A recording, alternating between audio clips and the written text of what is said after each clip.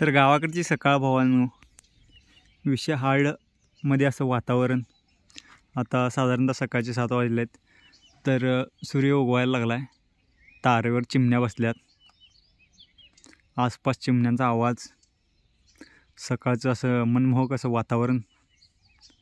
आणि हा आमच्या काका शाळू. आणि आपल्याला तर मित्राच्या इथं म्हणजे असं शेजाऱ्यांच्या इथंच लावायला जायचं आपल्याला नर्सरी. तर पाहुणे तर आमच्या आलते चाललेत पुण्याला.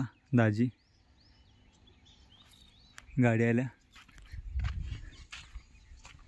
आणि आपण आता जायचं आहे नर्सरी लावायला.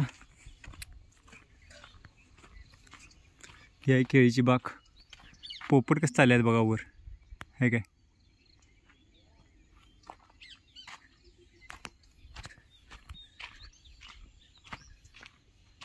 केळीची बाग. थोडंसं याला पाणी कमी पडले त्याच्यामुळे जरासं हे वाटतंय, पण भारी आहेत.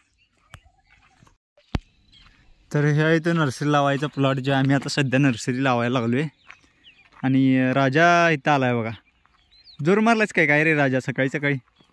तर राजा शेतातच बसलेला अजून. राजाचा एक फोटो काढून घेऊया. राजा इकडे बघ, राजा इकडे बघ, इकडे बघ, वर बघ, वर बघ, वर बघ की. हां थांब, समोर बघ, समोर समोर बघ. हां, राजाचा फोटो काढून घेतलो आहे. आणि हिवाळी इथं नर्सरीचं प्लॉट आम्ही जे लावाले. तर 1 ते 1.25 फुटाच्या असं अंतरावर लावून घेतलं नर्सरी. आणि त्याला ड्रिपनं पूर्ण भिजवून घेतलं आहे. पाण्याचा प्रॉब्लेम झाल्यामुळं जरासं पाणी थोडं लेट झालं याला.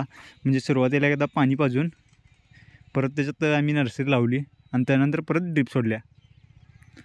तर याच्यातला पूर्ण प्लॉट सगळा आता नर्सरी आहे.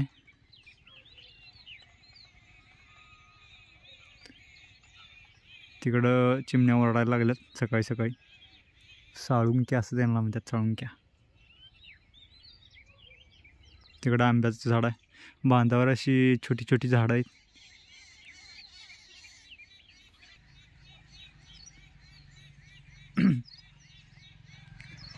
आणि आमचा काका आता दूध घालायला गावाकडे गेला. आम्ही शेतात राहत असल्यामुळं असं गावात जायला लागते बघा, दूध घालायला, बाजार आणायला, परत बाकी सगळी गोष्टी शेतात राहत असल्यामुळं. खरं पण शेतात राहत असल्यावर हे एक वेगळं समाधान असते. सगळं म्हणजे असं काय म्हणतात त्याला, गर्दी नाही, गोंधळ नाही, शांत असं म्हणजे एक वेगळंच फील वाटते. तर चला आपण हे काम आता आवरून घ्यायचं आहे. दुपारपर्यंत आपल्याला ती राहिलेली नर्सरी लावून तिथे पाणी सोडायचं आहे. काय विषय नाही. किती सारे राहिल्यात बघूया आपण आता लावायच्या.